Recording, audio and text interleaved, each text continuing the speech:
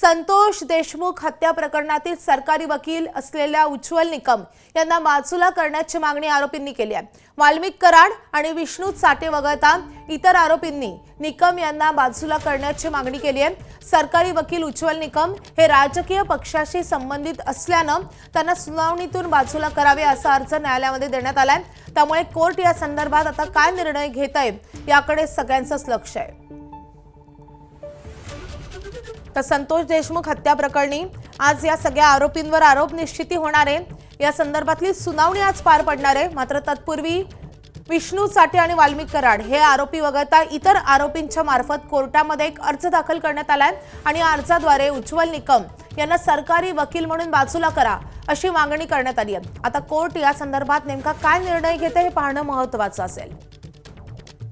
तर संतोष देशमुख हत्या प्रकरणातली अतिशय महत्त्वाची सुनावणी आज पार पडते। आज या सगळ्या आरोपींवर आरोप निश्चिती होणार आहे आणि या अनुषंगाने आजच्या कोर्टाच्या या सुनावणीकडे आपले लक्ष असणारच आहे। मात्र तत्पूर्वी आरोपींनी बीड कोर्टामध्ये हा अर्ज दाखल केलेला आहे। संतोष देशमुख हत्या प्रकरणी उज्ज्वल निकम यांची सरकारी वकील म्हणून नियुक्ती झालेली आहे। मात्र त्यांना आता यातून बाजूला करावं अशी आरोपींची मागणी आहे।